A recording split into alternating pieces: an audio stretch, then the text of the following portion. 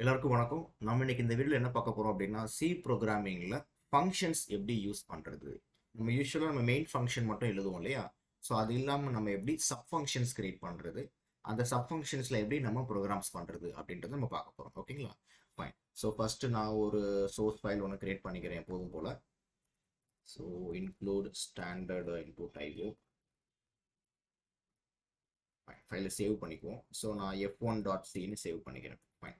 இப்போ நான் ஒரு மெயின் ஃபங்க்ஷன் முதல் எழுதிக்கிறேன். அப்புறமா நம்ம இந்த மெயின் ஃபங்க்ஷன் எப்படி சப் ஃபங்க்ஷனுக்கு மாற்றுறது அப்படின்னு பார்ப்போம். ஓகேங்களா? ஃபைன். ஒரு சின்ன ஒரு அடிஷன் ப்ரோக்ராம் நம்ம போடுவோம். So b equal to 20 and integer c equal to a plus b. Then finally நம்ம இதை பிரிண்ட் பண்ணி பார்ப்போம். So printf answer is equal to percentage d and c. So அதை நான் இது பண்ணிட்டேன். நான் ஒரு ரிட்டர்ன் வேல்யூ ஒரு 1 கொடுத்துக்கிறேன். ஸோ எப்போல்லாம் நம்ம இன்டீஜர் மெயின் யூஸ் பண்ணுறோமோ அப்போல்லாம் நம்ம ஒரு இன்டீஜர் ரிட்டர்ன் பண்ண போகிறோம். வாய்ட் யூஸ் பண்ணோம்னா நம்ம ரிட்டர்ன் பண்ண போகிறது இல்லை. ஓகேங்களா? ஃபைன். இப்போ நான் இந்த ப்ரோக்ராமை நான் கம்பைல் ரன் பண்ணுறேன். ஸோ நான் நேராக F11 யூஸ் பண்ணிக்கிறேன். ஸோ கம்பைல் ரன் ரெண்டும் ஒரே டைம் நடக்கும். ஸோ எனக்கு எந்த எரரும் இல்லை, நல்லா கம்பைல் ஆகி ரன் ஆயிடுச்சு. ஸோ என் ஆன்சர் 13 வந்துச்சு. ஃபைன். இப்போ இதையே நான் ஒரு சப் ஃபங்க்ஷனாக நான் மாற்றணும். ஸோ இந்த சப் ஃபங்க்ஷனாக நான் மாற்றணும் அப்படின்னா நான் 3 ஸ்டேஜ் நான் பண்ணணும். அது என்னென்ன அப்படின்றத பார்ப்போம். ஓகேங்களா? ஃபைன். ஸோ எப்போல்லாம் ஒரு சப் ஃபங்க்ஷன் நீங்கள் எழுதுறீங்களோ ஃபஸ்ட்டு எடுத்தோடனே அந்த ஃபங்க்ஷனை நீங்கள் டிக்ளேர் பண்ண தெரியும். ஸோ அந்த ஸ்டேஜ் ஃபர்ஸ்ட். அப்புறம் அந்த டிக்ளேர் பண்ண ஃபங்க்ஷனை நமக்கு டிஃபைன் பண்ண தெரியணும். தென் டிஃபைன் பண்ண ஃபங்க்ஷனை நமக்கு கால் பண்ண தெரியணும்.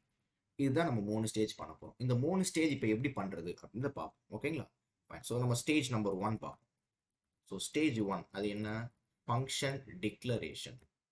அதாவது நான் ஒரு ஃபங்க்ஷன் எழுத போகிறேன் அப்படின்னு நான் என்னுடைய கம்பைலர்கிட்ட சொல்ல போகிறேன். ஸோ நான் என்ன ஃபங்க்ஷன் எழுத போகிறேன்? வாய்ட் ஆட் அப்படின்னு ஒரு ஃபங்க்ஷன் எழுத போகிறேன். ஸோ இதுதான் டிக்ளரேஷன். ஸோ நான் இங்கே என் ஆட் ஃபங்க்ஷன் என்ன பண்ணணும் எப்படி பண்ணணும் சொல்ல மாட்டேன். ஒரு ஃபங்க்ஷன் எழுத போகிறேன் அப்படின்றத மட்டும் தான் சொல்லுவேன். அதுதான் ஃபங்க்ஷன் டிக்ளரேஷன். ஓகேங்களா? ஃபைன். தென் ஸ்டேஜ் நம்பர் 2. இதில் நான் இங்கே டிக்ளேர் பண்ண ஃபங்க்ஷன் எக்ஸாக்டாக எப்படி ஒர்க் ஆக போகுது அப்படின்னு சொல்ல போகிறேன். இதை தான் வந்து நம்ம ஃபங்க்ஷன் டெஃபனிஷன் சொல்லுவோம். So void add. இப்போ என்னோட ஆட் லாஜிக்கை நான் இங்கே எழுத போகிறேன். ஸோ இது எனக்கு இனிமேட் இங்கே தேவையில்லை, இதை நான் கட் பண்ணிக்கிறேன். கட் பண்ணிவிட்டு இங்கே கொடுக்குறேன். ஸோ இதுவும் எழுதிட்டேன். இப்போ தேர்ட் ஸ்டேஜ், இந்த ஆடை யாராவது கால் பண்ணணும். எப்போதுமே நீங்கள் சி ப்ரோக்ராமை ரன் பண்ணும்போது மெயின் ஃபங்க்ஷன் மட்டும்தான் எக்ஸிக்யூட் ஆகும். ஓகேங்களா? நீங்கள் மெயின் ஃபங்க்ஷன்லேருந்து நீங்கள் எதையாவது கால் பண்ணால் தான் இந்த சப் ஃபங்க்ஷன் கால் ஆகும். ஸோ அப்போ ஸ்டேஜ் 3 எங்கே வருதுன்னா மெயின் ஃபங்க்ஷனுக்குள்ளே வருது. ஸோ ஸ்டேஜ் 3 என்ன பண்ண போகிறோம்? Function calling. ஸோ ஒரு ஃபங்க்ஷனை எப்படி கால் பண்ணணும்? அதோட நேம் வச்சு கால் பண்ணால் போதும். ஸோ அந்த நேம் வச்சு கால் பண்ணணும். அவ்வளோதான். ஓகேங்களா? இப்போ ரன் பண்ணோம்னா நமக்கு அவுட்புட் ஆட் ஃபங்க்ஷன்லேருந்து வரும். ஆன்சர் ஃப்ரம் சப் ஃபங்க்ஷன் கால். ஓகேங்களா? ஃபைன். இப்போ நம்ம அதை எக்ஸிக்யூட் பண்ணி பார்ப்போம். ஸோ பார்த்தீங்கன்னா நமக்கு ஆன்சர் ஃப்ரம் சப் ஃபங்க்ஷன்லேருந்து வரும். ஸோ இந்த மாதிரி தான் நம்ம ஃபங்க்ஷன்ஸ் எழுதப்போம். இப்போ நம்ம பார்த்த ஃபங்க்ஷன் பார்த்தீங்கன்னா very very fundamental function. So இந்த ஃபங்க்ஷனில் நிறைய கீ பார்ட்ஸ் இருக்குது. ஸோ ஒவ்வொன்றா நம்ம பார்ப்போம். ஸோ இங்கே நான் ஆடுன்னு கொடுக்குறேன் இல்லையா? இந்த ஆடு வந்து ஃபங்க்ஷன் நேம். இந்த ஆடை தான் நம்ம ஃபங்க்ஷன் நேம் சொல்லுவோம். இங்கே நீங்கள் என்ன நேம் வேணால் கொடுக்கலாம் அதர் தேன் மெயின். ஏன்னா மெயின்ன்றது ஒரு ரிசர்வ்டு ஃபங்க்ஷன். அங்கேருந்து உங்கள் ப்ரோக்ராம் எக்ஸிக்யூஷன் ஸ்டார்ட் ஆகும் இல்லையா? அதனால மெயின்ன்றது நீங்கள் யூஸ் பண்ண முடியாது. மற்றபடி நீங்கள் அதர் நேம்ஸ் நீங்கள் யூஸ் பண்ணிக்கலாம். ஸோ இது ஒரு பேசிக் ஃபங்க்ஷன். இப்போ நம்ம இந்த ஃபங்க்ஷனை அடுத்த லெவலுக்கு நம்ம கன்வெர்ட் பண்ணி பார்ப்போம். ஓகேங்களா? இப்போ நான் என்ன பண்ண போகிறேன்? என் ஆட் ஃபங்க்ஷனில் தான் இன்ட் ஏபி இருக்கு இல்லையா? நான் அதை இனிமேட்டு இங்கே வைக்க போகிறது இல்லை, மெயினில் தான் வைக்க போகிறேன். ஸோ A1 B இப்போ எங்கே இருக்குது? மெயின் ஃபங்க்ஷனில் இருக்குது. அப்போ நான் என்ன செய்யணும்? அந்த ஏவையும் பியையும் இந்த ஃபங்க்ஷனுக்கு நான் ட்ரான்ஸ்ஃபர் பண்ணணும் இல்லையா? அதுக்கு தான் பேராமீட்டர் அப்படின்னு சொல்லிட்டு ஒரு கான்செப்ட் இருக்குது. அந்த பேராமீட்டரை எப்படி எழுதணும் அப்படின்னா, ஃபங்க்ஷன் எழுதும் போதே இந்த சர்க்கிள் ப்ராக்கெட்ஸ்குள்ளார, அதாவது ரவுண்ட் ப்ராக்கெட்குள்ளார நீங்கள் இன்னும் 2 இன்டீஜர் வேல்யூ யூஸ் பண்ணிக்கணும். இப்போது ஃபங்க்ஷனை டிஃபைன் பண்ணுறோம் இல்லையா? அங்கேயும் நீங்கள் அதை எழுதிக்கணும். இப்போ அதாவது என்ன அர்த்தம்னா, இந்த ஃபங்க்ஷனை கால் பண்ணும்போது அது 2 இன்புட்ஸை கலெக்ட் பண்ண போகுது. அந்த 2 இன்புட் கலெக்ட் பண்ணுது இல்லையா? அதுதான் நம்ம பேராமீட்டர்னு சொல்லுவோம். இப்போ ஃபார் எக்ஸாம்பிள் நான் இங்கே 20,13 கொடுத்தேன்னு வச்சுக்கோங்களேன். இந்த 20ன்றது இந்த எக்ஸில் போய் உட்காந்துக்கும், 30ன்றது ஒய்ல போய் உட்காந்துக்கும். ஸோ அதை யூஸ் பண்ணி இதை கால்குலேட் பண்ணும். இப்போ 20 and 30 ஆட் பண்ணால் நமக்கு 15 அவுட்புட் வரணும். அது வருதான்னு பார்க்கலாம் நம்ம. ஓகேங்களா? சாரி, நான் இங்கே எக்ஸ் அண்ட் ஒய் யூஸ் பண்ணியிருக்கேன். ஸோ நம்மளும் இங்கே எக்ஸ் அண்ட் ஒய்க்கு மாற்றிக்கலாம். ஓகேங்களா? ஸோ இப்போ நான் F11 யூஸ் பண்ணுறேன். ஸோ என் அவுட்புட் இப்போ எனக்கு வந்துச்சு. ஸோ இப்போது அதே மாதிரி நான் ஃபங்க்ஷனை கால் பண்ணும்போது என் வேல்யூவை தான் நான் கொடுக்கணும்னு அவசியம் கிடையாது. நான் வேரியபிளும் கொடுக்கலாம். A, Bன்னு கொடுக்கலாம். A, B கொடுத்தனா என்ன ஆகும்னா, ஏல இருக்கிற வேல்யூ எக்ஸ்ல போய் உட்காந்துக்கும், பில இருக்கிற வேல்யூ ஒய்ல போய் உட்காந்துக்கும். இப்பயும் நமக்கு பார்த்தீங்கன்னா 10 and 20 ஆட் பண்ணால் 13 அவுட்புட் வரும். ஓகேங்களா? ஸோ நீங்கள் வேல்யூவாகவும் பாஸ் பண்ணலாம், வேரியபிளாகவும் பாஸ் பண்ணலாம். இதே நம்ம பாயிண்டர்ஸ் வச்சும் நம்ம பண்ண முடியும். பட் நம்ம அதை லேட்டஸ்ட் வச்சு நம்ம பார்க்கலாம். ஓகேங்களா? இவனை இப்போ நம்ம பாயிண்டர்ஸ் பார்க்கல, ஆனால் நான் அந்த எக்ஸாம்பிள் பற்றி இப்போதைக்கு நான் சொல்லலை. ஓகேங்களா? ஸோ இது பேராமீட்டர் கான்செப்ட். இப்போ பார்த்தீங்கன்னா இங்கே இந்த ஆட் ஃபங்க்ஷன் என்ன பண்ணுது, கொடுக்குற வேல்யூ ஆட் பண்ணிட்டு அவுட்புட் அதுவே பிரிண்ட் பண்ணிடுது இல்லையா? எனக்கு இப்போ அப்படி வேண்டாம். எனக்கு அவுட்புட்டை இங்கே பிரிண்ட் பண்ண வேண்டாம். அவுட்புட்டையும் நான் எங்கே பிரிண்ட் பண்ணணும்னு நினைக்கிறேன், என் மெயின் ஃபங்க்ஷனில் தான் பிரிண்ட் பண்ணணும்னு நினைக்கிறேன். அப்போ என்ன செய்யணும், நான் வேல்யூவை பாஸ் பண்ணுறேன் இல்லையா, அதே மாதிரி இந்த ஆட் ஃபங்க்ஷன் ஆட் பண்ணிட்டு இந்த வேல்யூவை ரிட்டர்ன் பண்ணணும். அப்போ நான் அதை இங்கே யூஸ் பண்ணிக்கலாம் இல்லையா, அதை தான் பண்ண போகிறேன் இப்போ.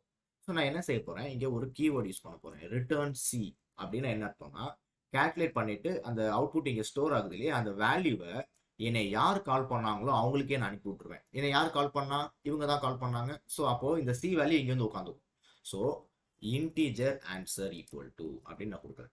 கொடுத்தா என்ன ஆகும், இந்த சி ரிட்டர்ன் ஆகுது இல்லையா, அது வந்து இங்கே ஆன்சரில் உட்காந்துக்கும். ஸோ அப்போ எப்போல்லாம் நான் ஆன்சரை பிரிண்ட் பண்ணணுமோ நான் அந்த வேரியபிளை யூஸ் பண்ணிக்கணும். ஸோ இந்த சின்ற வேரியபிள் இங்கே யூஸ் பண்ண முடியாது, ஏன்னா இந்த சியோட ஸ்கோப் இங்கேயே முடிஞ்சிருது. ஸோ ஆன்சர் தான் அப்போ அதோடைய வேல்யூ வச்சுக்க போகுது. அதனால தான் நான் ஆன்சரை நான் பிரிண்ட் பண்ணுறேன். ஸோ இது ஃபர்ஸ்ட் சேஞ்ச். ரெண்டாவது சேஞ்ச் என்னன்னா, நான் எப்போல்லாம் ஒரு வேல்யூவை ரிட்டர்ன் பண்ணுறேனோ நான் வாய்டு யூஸ் பண்ண முடியாது. வாய்டுனா என்ன அர்த்தம், நான் ரிட்டர்னே பண்ண போகிறதுலாம் அர்த்தம். ஒரு ஃபங்க்ஷன் ரிட்டர்ன் யூஸ் பண்ணலை அப்படின்னா தான் வாய்டு யூஸ் பண்ணணும். அது எப்போல்லாம் ரிட்டர்ன் யூஸ் பண்ணுதோ, அது என்ன ரிட்டர்ன் பண்ணுதோ அதோடைய டேட்டா டைப்பை தான் நீங்கள் கொடுக்கணும். ஸோ இந்த சியோட டேட்டா டைப் என்ன, இன்ட். ஸோ அதனால வாய்டுக்கு பதிலாக இன்ட்டுன்னு நான் கொடுக்குறேன். அதே மாதிரி என் டிக்ளரேஷன்லையும் நான் இன்ட்டுன்னு மாற்றிடணும். அப்போது இந்த ஃபங்க்ஷன் பார்த்தோன்னே எனக்கு என்ன தெரியுது, இந்த ஃபங்க்ஷனுடைய பேர் ஆடுன்னு தெரியுது. அது 2 பேராமீட்டரை இன்புட்டாக வாங்கிக்குது, ஒரு இன்டீஜரை ரிட்டர்ன் பண்ணுது. ஸோ அதை நான் டிக்ளேர் மட்டும் பண்ணுறேன். அது என்ன செய்யணுன்றதை நான் டெஃபைன் பண்ணுறேன். ஆடுன்ற ஃபங்க்ஷன் நேம், 2 இன்புட்டை வாங்கிக்கோ, அதை ஆட் பண்ணிக்கோ, அதை ரிட்டர்ன் பண்ணிடு. ஸோ கால் பண்ணும்போது நான் காலும் பண்ணுறேன், ரிட்டர்ன் வர வேல்யூவை கேப்சர் பண்ணுறதுக்கு ஒரு வேரியபிளும் நாங்கள் ரெடி பண்ணிடுறேன். அதை தான் நான் இங்கே பிரிண்ட் பண்ணுறேன். ஓகேங்களா? ஃபைன். இப்போ அதை ரன் பண்ணி பார்ப்போம். ஸோ நமக்கு எப்போதும் போல் ஆன்சர் வந்துச்சு. ஸோ இன்னும் கொஞ்சம் டிஃபைன் பண்ணோம், நம்ம இங்கே சப் ஃபங்க்ஷன் இருந்தாலும் மெயின் ஃபங்க்ஷன் போட்டுக்கலாம். ஓகேங்களா? ஸோ இன்னும் உங்களுக்கு அவுட்புட் தெளிவாக தெரியும் அதில். ஸோ பார்த்தீங்கன்னா அவுட்புட் இப்போ மெயின்லேருந்து வருது. ஸோ இந்த மாதிரி தான் நம்ம ஃபங்க்ஷன்ஸ் யூஸ் பண்ண போகிறோம். ஸோ ஃபங்க்ஷன்ஸ் யூஸ் பண்ணுறது என்ன ஒரு அட்வான்டேஜ்னா, இப்போ இந்த ஆடுன்ற ஒரு கான்செப்ட் வந்து என் மெயின் ப்ரோக்ராமில் ஒரு 4-5 வாட்டி தேவைப்படுதுன்னு வச்சுக்கோங்களேன். நான் என்ன பண்ணுவேன், மெயின் ஃபங்க்ஷனில் 4-5 வாட்டி அதை உட்காந்து எழுதிட்டு இருப்பேன். ஆனால் இப்போ அப்படி தேவையில்லை, நான் ஒரே ஒரு வாட்டி எழுதிட்டு எப்போல்லாம் வேணுமோ இந்த ஃபங்க்ஷனை மட்டும் நான் கால் பண்ணிட்டு போயிடுவேன். அப்போது ஒரு கோடை ஒரு டைம் எழுதிட்டு அதை மல்டிபிள் டைம்ஸ் நான் யூஸ் பண்ணிக்கிறேன். இது பேர் தான் நம்ம என்னன்னு சொல்கிறோம், கோட் ரீயூசபிலிட்டி. அதாவது ஒன்ஸ் எழுதிட்டு அதை திருப்பி நம்ம யூஸ் பண்ணிக்கிறது. ஸோ அந்த கான்செப்டை நமக்கு யார் கொடுக்குறா அப்படின்னா இந்த ஃபங்க்ஷன்ஸ் தான் நமக்கு கொடுக்குது. ஸோ ஜாவா C++லாம் பார்த்தீங்க அப்படின்னா நம்ம வந்து கிளாஸ், ஆப்ஜெக்ட்ஸ், ஊப்ஸ்லாம் சொல்லுவோம் இல்லையா, அதோடைய ஆரம்ப புள்ளி யாருன்னா இந்த ஃபங்க்ஷன்ஸ் தான். இந்த ஃபங்க்ஷன்ஸ்லேருந்து அதெல்லாம் நம்ம டிரைவ் பண்ண போகிறோம். ஸோ இந்த ஃபங்க்ஷன்ஸ் தான் வந்து கோடு ரீயூசபிலிட்டி உள்ள கொண்டு வருது. ஓகேங்களா? ஃபைன். ஸோ இதுதான் நம்ம சி ப்ரோக்ராமில் நம்ம ஃபங்க்ஷன்ஸ் பற்றி நம்ம பார்க்க வேண்டியது.